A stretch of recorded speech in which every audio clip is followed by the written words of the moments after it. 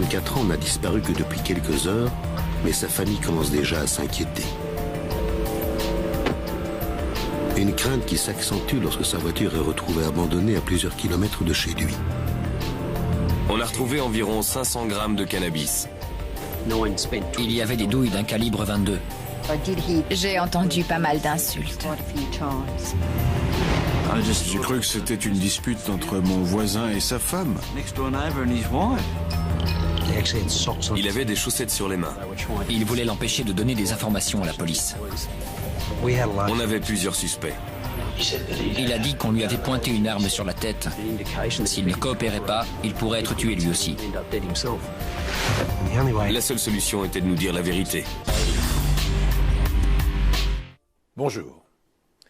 Je suis heureux de vous retrouver sur ce plateau pour cette nouvelle histoire inédite, placée cette fois sous le signe de la cupidité et de la trahison. Quand un mari dévoué, père de 2 enfants, disparaît, la police déploie les grands moyens pour le retrouver. Dans ce cas, elle fait largement appel à la population pour recueillir des informations. Des témoins ont assisté à des scènes étranges. Par chance, s'inspirant de certains héros de séries policières, ils ont soigneusement consigné par écrit tout ce qu'ils ont vu. Ces renseignements seront-ils suffisants aux experts de la police scientifique pour démasquer le criminel ?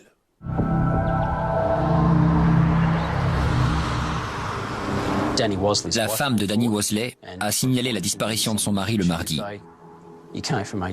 C'était le père d'une famille très soudée et ses proches étaient très inquiets pour lui.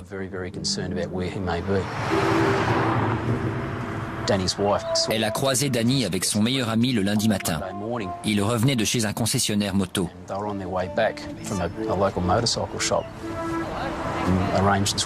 Elle a demandé à Danny d'aller chercher l'un de leurs enfants chez son père en fin de journée. Danny avait discuté avec sa femme et il était convenu qu'il aille chercher son fils le soir. Et le fait qu'il n'y soit pas allé était vraiment inhabituel. C'est ça qui prouvait qu'il n'avait pas simplement décidé de passer la soirée dehors, mais bien qu'il avait disparu.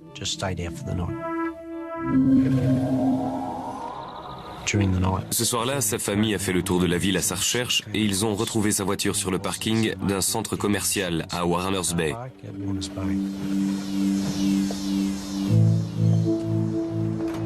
Alors que la police sécurise la zone autour de la voiture de Danny Wosley, elle découvre un autre véhicule appartenant à un homme dont la disparition a été signalée le même jour.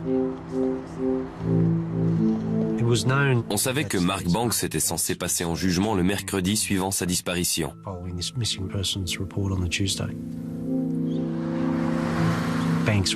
Banks allait être jugé pour détention de 18,5 kg de cannabis.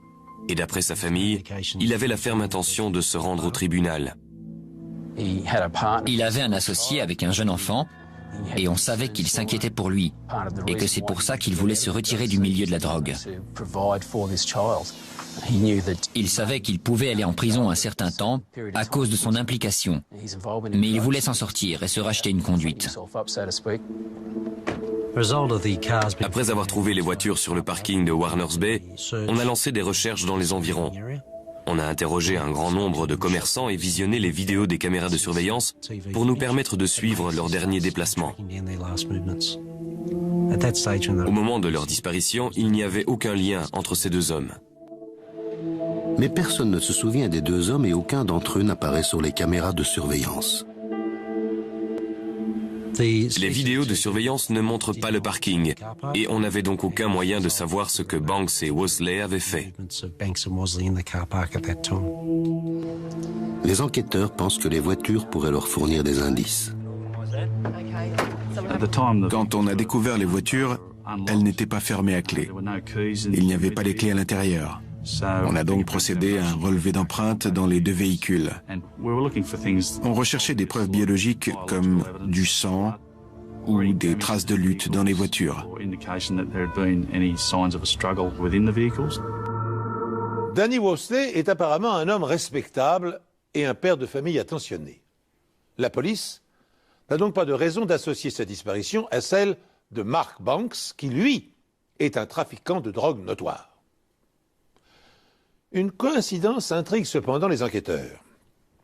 Comment se fait-il que les voitures des deux hommes aient été retrouvées côte à côte sur un parking. Ne trouvant pas de traces de sang à l'intérieur comme à l'extérieur des véhicules, les experts médico-légaux décident d'approfondir leurs recherches d'indices et ils font bientôt une découverte intéressante. Dans une pochette plastique glissée sous le siège conducteur, il y avait une grosse somme d'argent, 3100 € en liquide. On a creusé un peu plus la question et on a appris par leur famille que Banks et Wosley travaillaient ensemble dans la distribution d'importantes quantités de cannabis dans la région de Newcastle. Étant donné la situation de Danny Wosley, une très bonne réputation, une famille aimante, de jeunes enfants, une jolie maison, pas de passé criminel, on s'est dit qu'il ne devait pas être dans ce milieu depuis très longtemps. Il venait probablement d'entrer dans le milieu, et si c'était le cas, il ne se méfiait peut-être pas assez des gros dealers.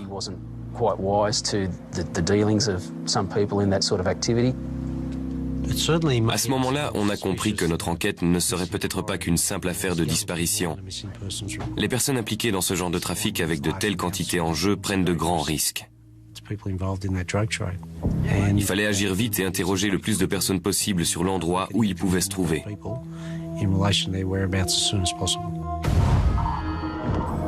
Mais en faisant cela, la police risque de provoquer les trafiquants.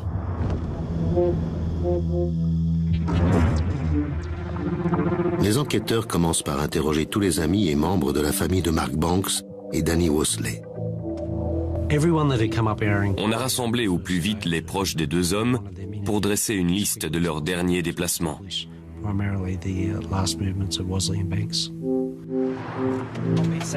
L'un d'entre eux est Kevin Naismith. Il se trouvait avec Danny le jour de sa disparition et sa déposition était plus importante.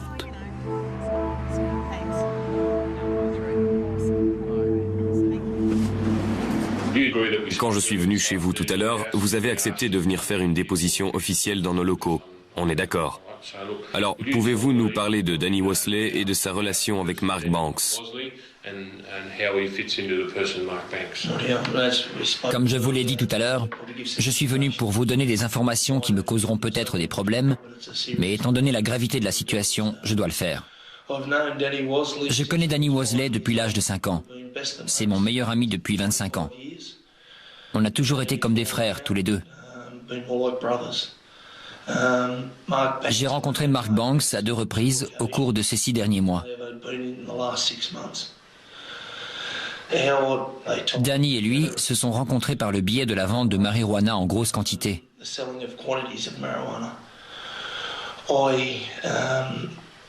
J'ai commencé à vendre de la marijuana avant Noël, c'est-à-dire en décembre 98.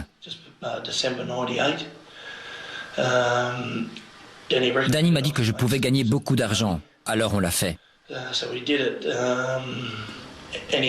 Tout ce que je pensais passait par Danny Wosley.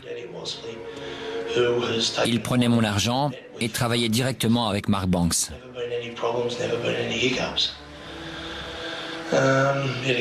Il n'a jamais eu aucun problème, ni aucun accrochage.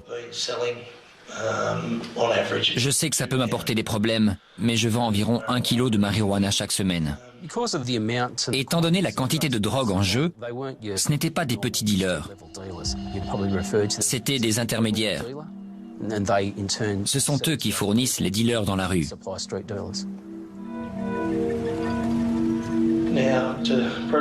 Lundi, Danny est venu chez moi vers 10 heures.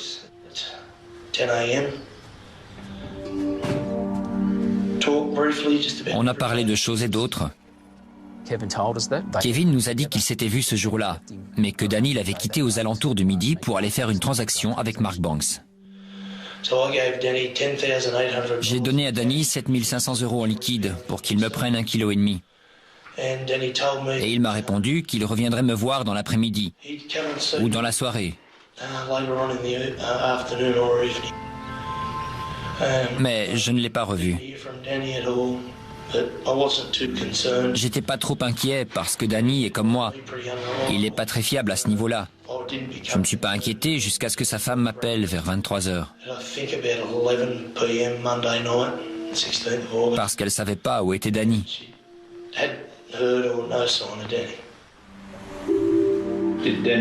Danny vous a dit où avait lieu son rendez-vous? Non, Aucune idée. non. Danny avait l'air inquiet de sortir avec cette somme d'argent sur lui? Oui, Il s'apprêtait à faire une grosse transaction? oui. Qu'est-ce qui lui est arrivé à votre avis? Je sais pas. Je sais pas. J'espère qu'ils n'ont pas fait de bêtises, qu'ils sont juste partis sur un coup de tête pour quelques jours et qu'ils vont revenir d'un moment à l'autre. Mais je sais que c'est un milieu dangereux.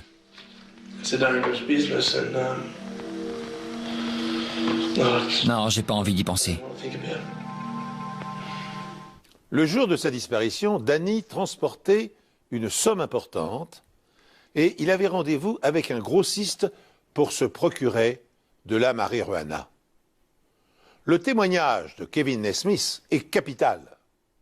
Il confirme que la disparition de Danny Wosley est vraisemblablement liée à celle de Mark Banks, les deux hommes étant impliqués dans un trafic de stupéfiants. Tandis que les policiers orientent leurs recherches vers les milieux de la drogue, un événement se produit qui accrédite cette piste.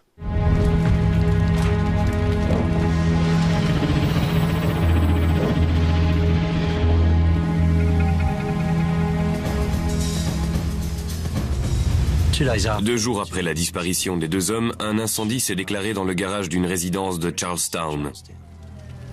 Et ce garage appartenait à Kevin Nesmith.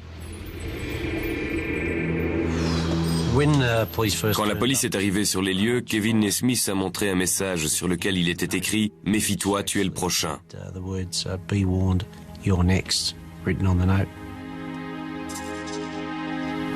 On m'a dit qu'il y avait eu un incendie dans un garage et mon travail consistait à découvrir l'origine du feu.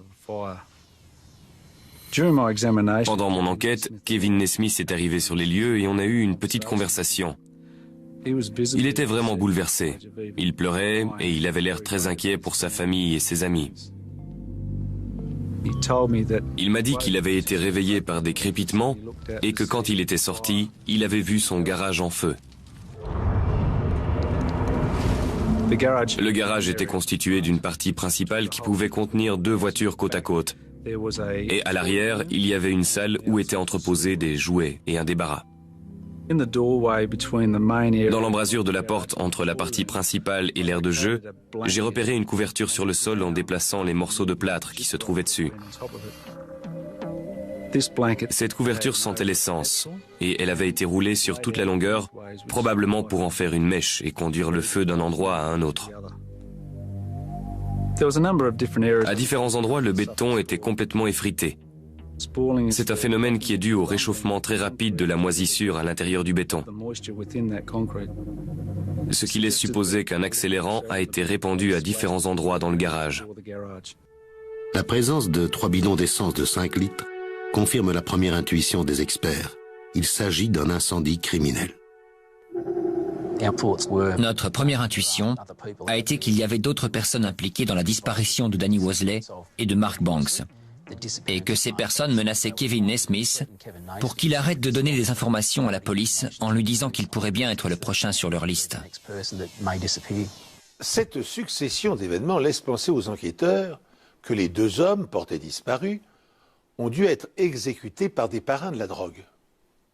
Kevin Nesmith, le meilleur ami de l'un d'entre eux, a fourni des informations à la police. Et il a été aussitôt la cible de menaces et d'un incendie criminel. Une organisation mafieuse chercherait-elle à éliminer tous les témoins encore en vie? Le lendemain de l'incendie, Kevin Nesmith nous a dit que Danny et Mark avaient rendez-vous avec d'autres hommes et qu'ils étaient peut-être responsables de leur disparition.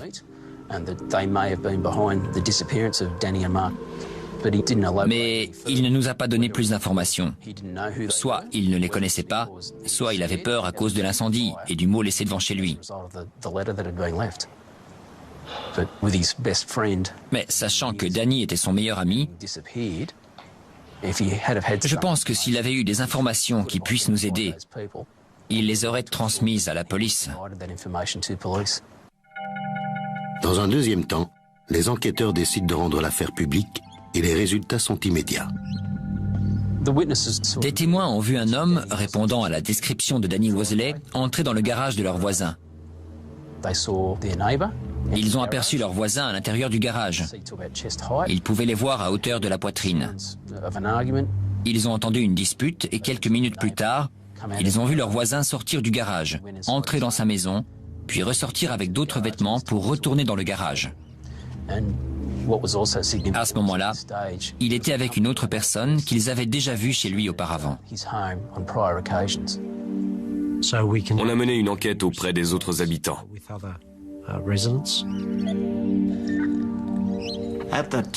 À cette époque, j'étais chauffeur de taxi et je rentrais chez moi pour déjeuner. J'étais en train de manger dans ma voiture en attendant le client. Quand j'ai entendu des éclats de voix, c'était deux hommes qui avaient l'air très en colère. Le ton montait de plus en plus.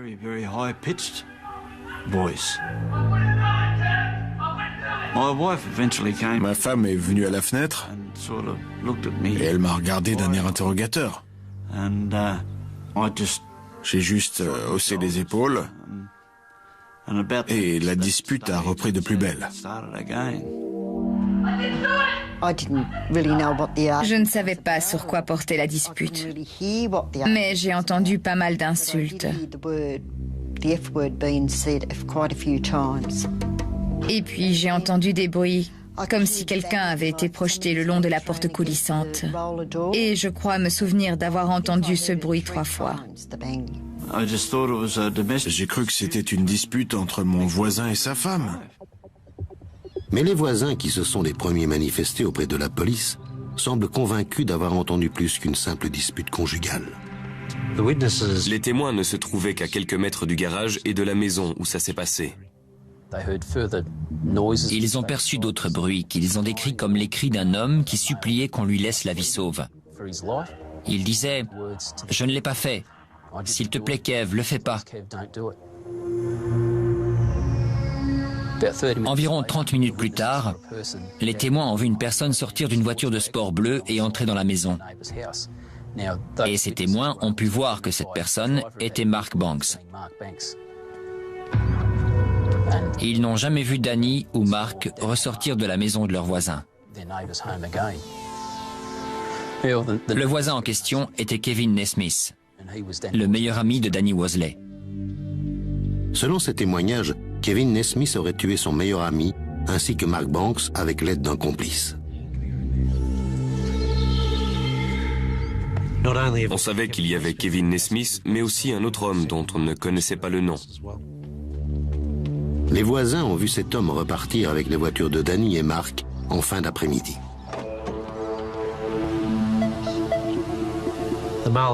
L'homme en question s'est absenté environ 15 minutes pour chaque voiture et ce qui a semblé bizarre aux témoins, c'est qu'il portait des vêtements différents à chaque fois. Une fois, il avait des chaussettes sur les mains et c'était comme si cette personne n'avait jamais conduit avec une boîte manuelle parce qu'il avançait par à-coups. On a immédiatement compris qu'il n'avait jamais conduit ces voitures avant. Plus tard dans la soirée de lundi, les témoins disent avoir vu Kevin Nesmith entrer dans son garage avec une sorte de bâche bleue dans les bras. Il est resté à l'intérieur un certain temps. Et l'homme, repéré plus tôt dans l'après-midi, est revenu chez Kevin avec une casquette sur la tête. Les témoins avaient déjà vu cette personne chez Kevin de nombreuses fois. Il venait avec une voiture jaune dorée. On a enquêté et on a réussi à identifier cet homme comme étant Alan Faulkner.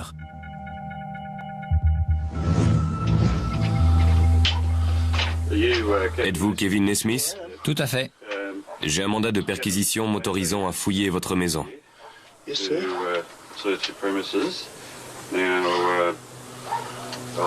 vais vous le montrer. Vous avez de la lumière? Bien sûr. Les choses que nous recherchons concernent un meurtre et la vente de substances illicites. Vous comprenez? Oui. Juste une question, Kevin. Êtes-vous en possession d'une arme? Non.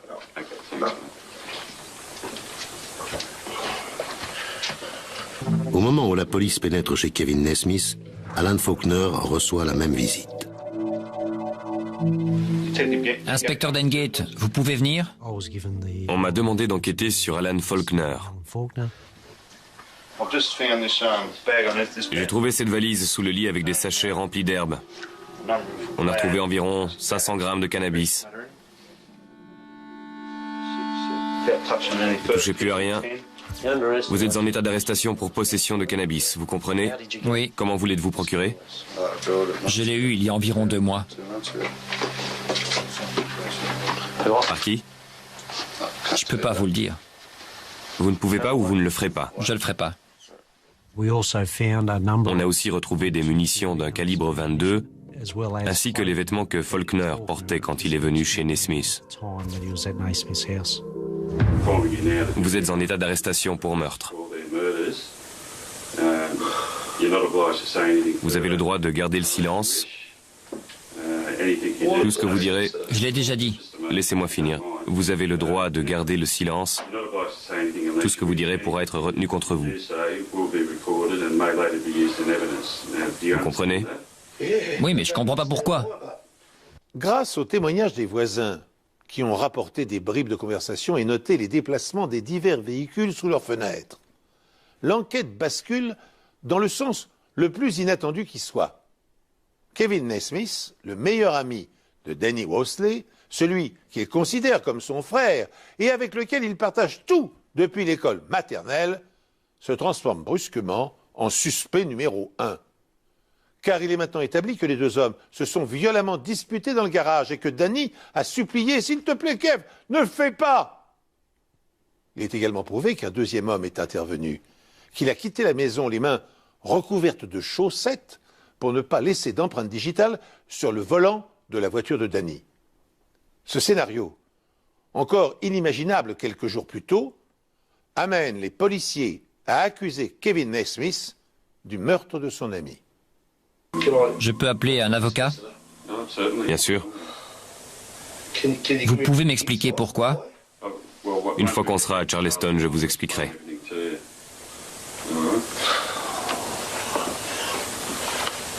C'est une blague. Une amitié de 25 ans, ça veut rien dire pour vous? Kevin Naismith disait être le meilleur ami de Danny et qu'il ne comprenait pas comment on pouvait l'accuser de l'avoir tué.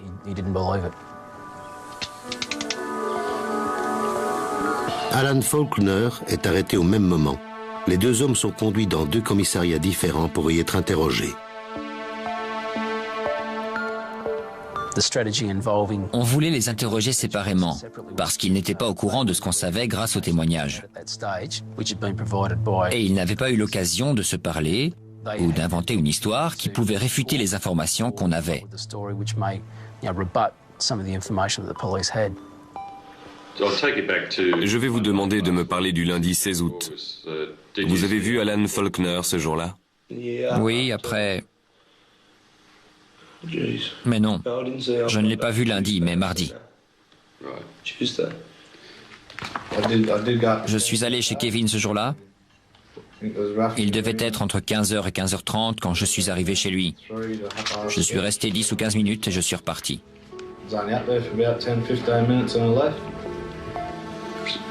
Donc vous n'avez pas vu Alan Faulkner ce jour-là? Non. Vous êtes sûr? Je suis sûr. J'avoue que je suis un peu perdu, mais si je me souviens de quelque chose, je vous le dirai. D'abord, on a demandé à Kevin de nous raconter sa version des faits. Quand avait-il vu Danny pour la dernière fois et qu'est-ce qu'il avait fait depuis? Je crois qu'il venait de boire un soda et il m'a dit qu'il fallait que je lui donne mon argent parce qu'il y avait un changement de plan et il fallait qu'il y aille. Il ne m'a rien dit de plus. Je lui ai donné mon fric et il est parti vers 14h. Vers 14h. Une fois qu'il avait fait sa déposition, on pouvait lui dévoiler ce qu'on savait grâce aux différents témoins. On nous a dit que quelqu'un ressemblant à Danny Worsley est venu devant la porte de votre garage. C'est vrai. On m'a également dit qu'il y avait eu des éclats de voix et que l'homme que nous pensons être Danny Mosley a répété plusieurs fois « je ne l'ai pas fait ». Jusque-là, vous suivez? Oui. On m'a informé qu'il y avait eu une pause au cours de la dispute avant que l'homme identifié comme étant Danny Mosley ne se mette à crier « ne fais pas ça, Kev, je t'en supplie ». Vous me suivez? Oui. On m'a également parlé de 6 bruits correspondant à 2 choses qui entrent en collision. Vous êtes d'accord? Oui. Environ 1h30 plus tard, un homme identifié comme étant Mark Banks est venu frapper à votre porte. Vous me suivez toujours? Vous comprenez? Oui, mais je crois que c'est quelqu'un qui m'en veut vraiment. Les voisins étaient considérés comme des témoins sûrs. Ils n'avaient rien à gagner en donnant ces informations à la police. Ce qu'ils ont vu et entendu était tellement incroyable qu'ils ont décidé de le mettre par écrit. Ils nous ont dit avoir vu des témoins prendre des notes dans une série policière. Et ils se sont dit que c'était probablement le meilleur moyen de se souvenir de ce qu'ils avaient fait ce jour-là. Pour nous, le fait que ces témoins aient pu nous dire ce qu'ils avaient vu et entendu, et à quel moment grâce à leurs notes, c'était une preuve très solide. Même si l'affaire semble résolue, l'avocat de la défense peut encore arguer que ce que les témoins ont entendu et retranscrit n'était qu'une dispute sans conséquence entre 2 amis. Les experts doivent donc inspecter la maison et le garage de Kevin à la recherche de nouveaux indices. Et ils doivent trouver les preuves matérielles qui permettront à un procureur d'ordonner la tenue d'un procès.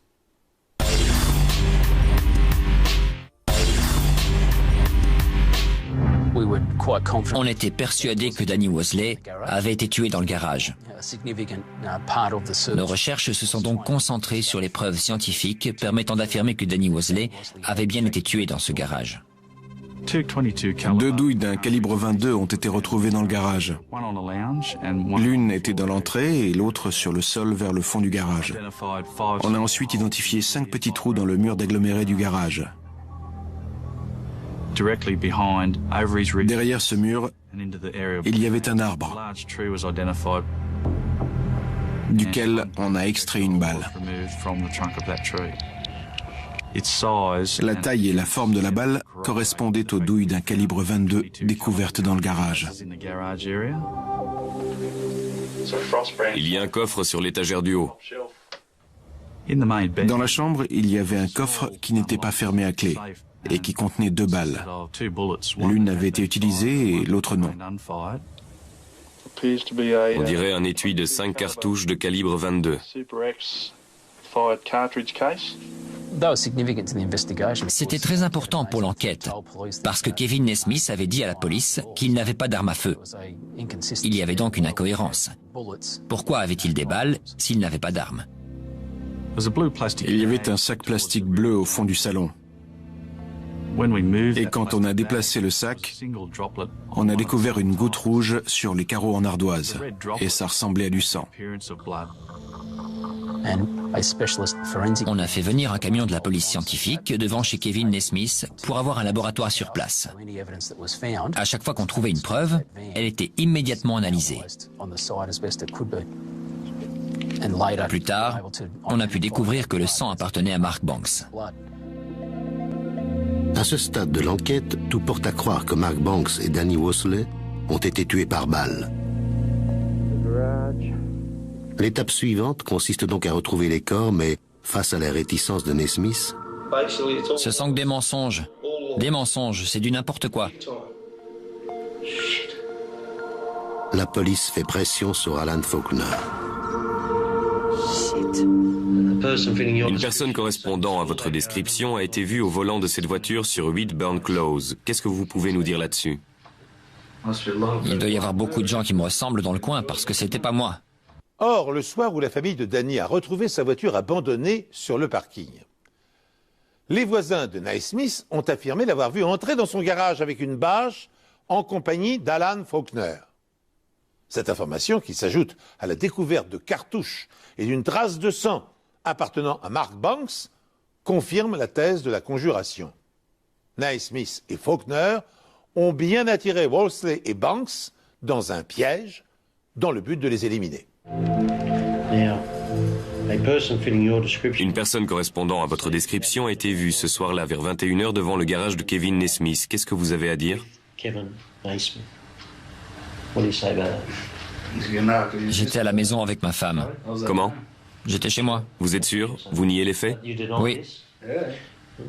Cette personne a été vue en train de traîner une bâche dans le garage avant que la porte ne se referme derrière elle. Est-ce que c'était vous? Non, Donc, vous n'étiez pas là-bas ce soir-là? absolument pas. Plus tard dans la soirée, les voisins voient un 4x4 équipé d'une remorque reculer devant la porte de garage. Le lendemain, le 4x4 ainsi que Kevin Naismith ne sont plus là. Kevin est contraint de se justifier auprès de la police.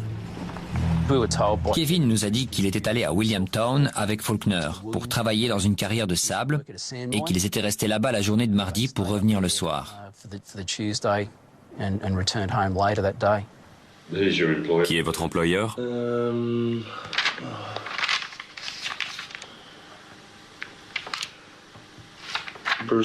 Bruce, mais je me souviens plus de son nom. C'était juste un travail au noir. Et je veux pas répondre aux questions le concernant, parce que je veux pas qu'il ait de problème avec les impôts ou ce genre de choses.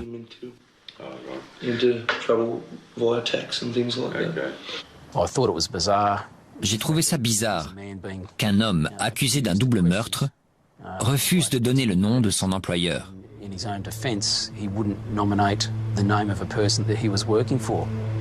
Et quand la police lui demande où il s'est procuré le remorque qu'il a utilisé à la carrière de sable, son discours reste le même. À qui était la remorque? Un ami. Quel est son nom? Je préfère ne pas le dire. Je ne veux pas qu'il ait de problème.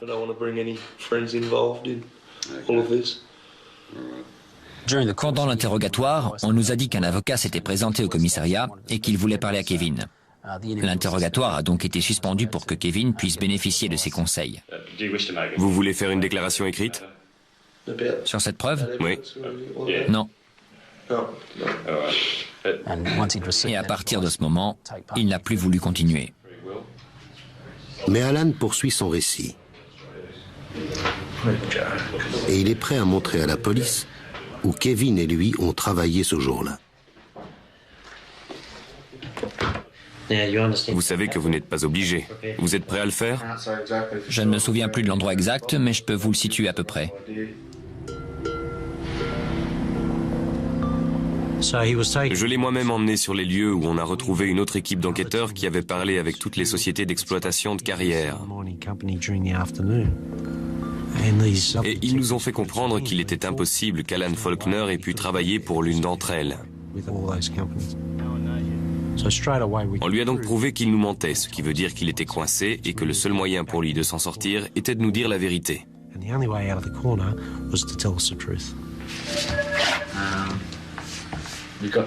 On est allé chez lui et il m'a demandé de conduire les voitures quelque part. Vous lui avez demandé pourquoi? Je lui ai demandé ce qu'il y avait et il m'a dit qu'il s'était passé quelque chose et qu'il fallait éloigner les voitures quelque temps.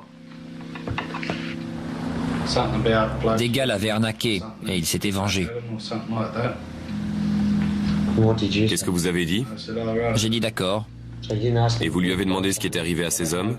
J'ai pas posé de questions. J'ai fait ce qu'il m'avait demandé de faire pour être débarrassé. Dites-moi exactement ce qui s'est passé avec la bâche. Quand je suis revenu, il avait ramené une remorque et il m'a demandé de l'aider à porter quelque chose. Il a ouvert la porte et j'ai vu les deux bâches. Elles étaient longues et lourdes. On les a soulevées pour les mettre dans la remorque. Il y avait un peu de sang sur le sol et j'en ai déduit que c'était des corps ou quelque chose qui saignait. Et c'est à peu près tout ce que je sais là-dessus.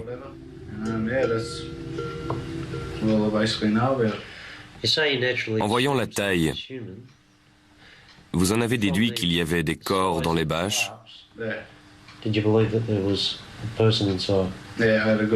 Oui, c'est ce que je me suis dit.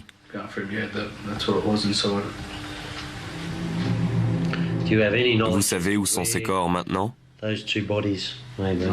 Non. Si vous le saviez, vous le diriez à la police? Oui. À la fin de l'interrogatoire, Alan Faulkner a été inculpé de complicité pour les meurtres de Banks et de Wosley ainsi que pour différents trafics de drogue. Sa demande de liberté sous caution a été refusée et il a été appelé à comparaître devant la cour de Newcastle le lendemain. Le peu de bonne conscience qui reste à Faulkner, ou plus vraisemblablement sa peur d'être condamné à une lourde peine de prison, le pousse à avouer aux enquêteurs où les corps de Wosley et de Banks ont été enterrés. Stockton Beach est une étendue de sable de près de 20 km de long avec des dunes qui peuvent atteindre les 50 mètres de haut dans certains coins isolés. Quand on est arrivé sur place, Alan Faulkner nous a indiqué un endroit au pied d'une grande dune. Au premier coup d'œil, l'endroit n'avait rien d'extraordinaire.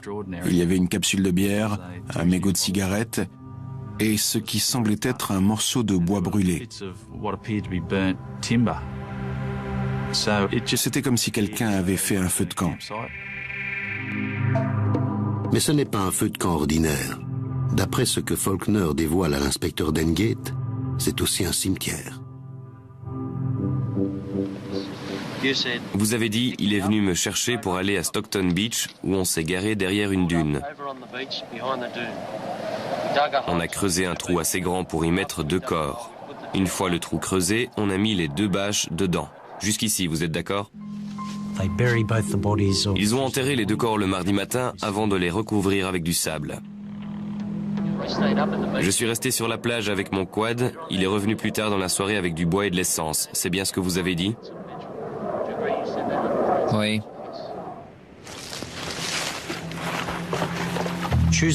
Mardi soir, Nesmith est revenu et ils ont brûlé les corps.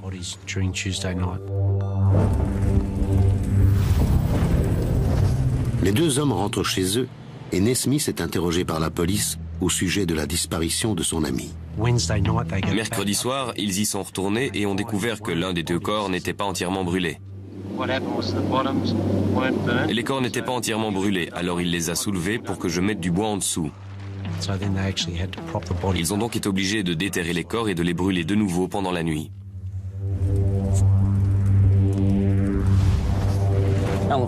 Alan Faulkner nous a également dit qu'il était resté sur la plage pendant que Nesmith retournait mettre le feu à son propre garage.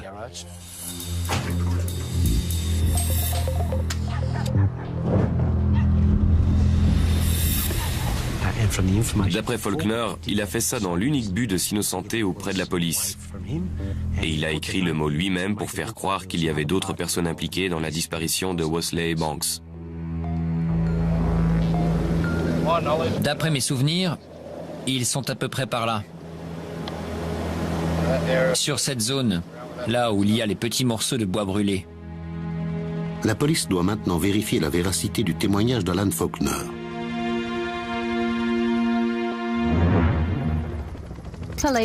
Hier, la police a découvert une tombe dans les dunes de sable de Stockton, déterrant un corps sérieusement brûlé et les restes d'un second. On a commencé à creuser et on a découvert un morceau de bâche bleue. En l'examinant, on a retrouvé un morceau de cage thoracique et un reste de crâne avec quelques cheveux dessus.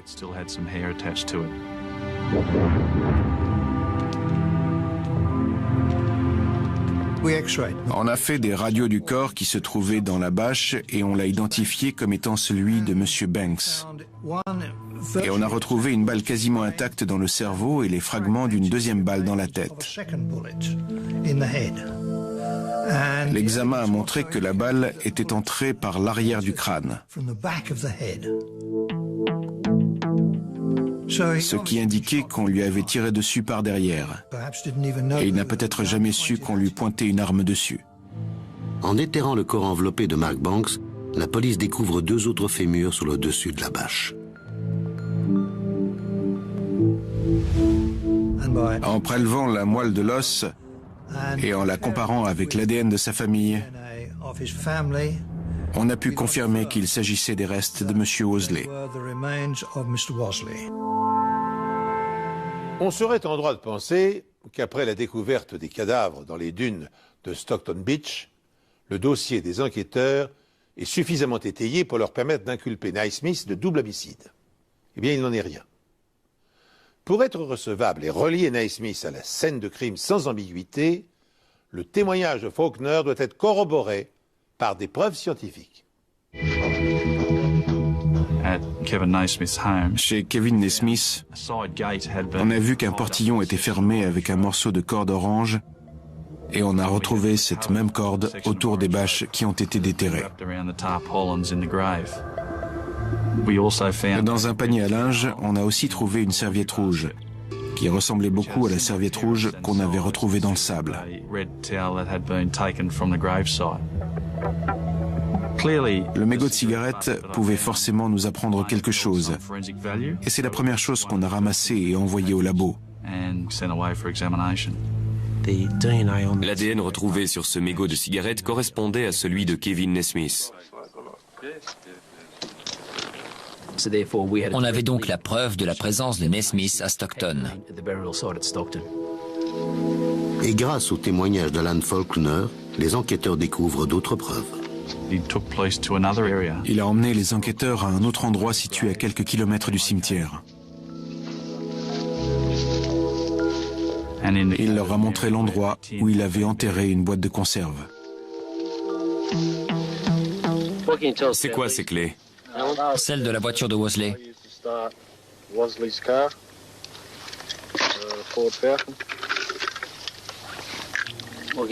Celle-ci? Celle de la voiture de Banks. Mark Banks et Danny Wosley, tous deux âgés d'une trentaine d'années, ont été assassinés au mois d'août dernier. Leurs corps calcinés ont été exhumés des dunes de Stockton. Mark Banks a reçu une balle dans la tête. La cause officielle de la mort de Danny Wosley reste inconnue. Aujourd'hui, le procureur général Wayne Creasy a déclaré à la Cour suprême de Newcastle que Kevin Naismith avait tué les deux hommes parce qu'il pensait qu'il l'avait escroqué dans un trafic de drogue. L'accusation présentera un témoin qui a entendu Kevin Naismith dire qu'il s'était fait escroquer à Sydney et qu'il comptait bien se venger des personnes responsables. D'après Faulkner, Naismith avait l'intention de régler ses comptes avec ceux qui lui avaient volé de l'argent. Faulkner lui avait donné une batte de baseball et il était venu en renfort au cas où les choses tourneraient mal. Wosley et Naismith sont entrés dans le garage pour essayer une arme avec laquelle ils ont tiré dans le mur du garage.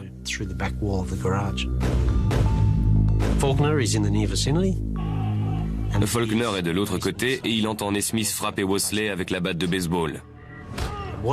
Et peu de temps après, Banks arrive sur les lieux. Il entre dans la maison par la porte de devant.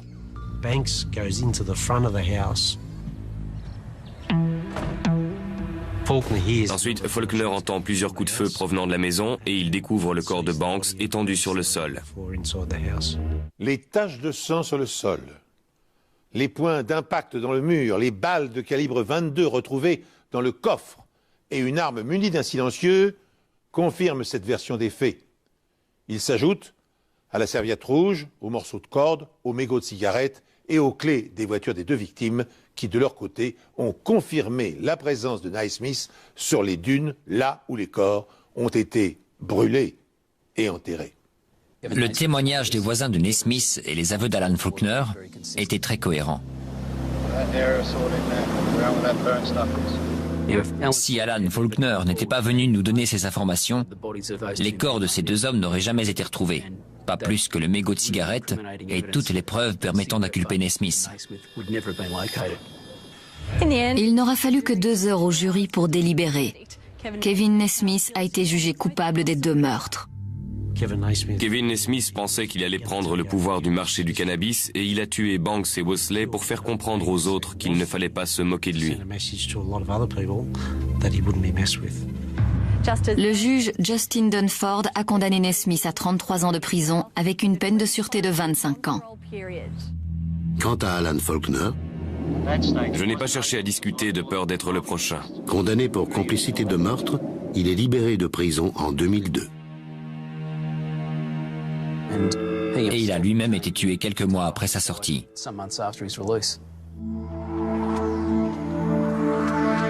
Depuis, les familles des victimes de Naismith tentent de redonner un sens à leur vie. J'ai encore du mal à le croire. Je ne pensais pas qu'il ferait quelque chose comme ça, mais il l'a fait. Le fils de Vig Worsley faisait confiance à son ami depuis 25 ans. Une amitié trahie par un homme avide de pouvoir. J'ai une belle-fille et 2 petits-enfants qui ont perdu un mari et un père. J'ai perdu un fils, et son assassin sera libéré dans 25 ans. J'espère qu'ils n'ont pas fait de bêtises et qu'ils sont juste partis sur un coup de tête pour quelques jours et qu'ils vont revenir d'un moment à l'autre. Mais je sais que c'est un milieu dangereux.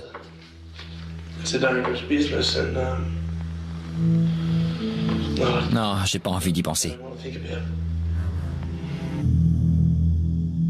Kevin Naismith ne pourra espérer une liberté conditionnelle qu'à partir de 2024. Dans la prison où il se trouve désormais enfermé, Kevin Naismith repense-t-il parfois à la conversation qu'il avait eue avec les policiers quand il feignait de s'inquiéter du sort de son ami? Oh, il dispose d'au moins 25 ans de tranquillité pour y réfléchir. Merci de m'avoir accompagné tout au long de cette émission. Je vous retrouve prochainement sur cette antenne pour une nouvelle enquête impossible.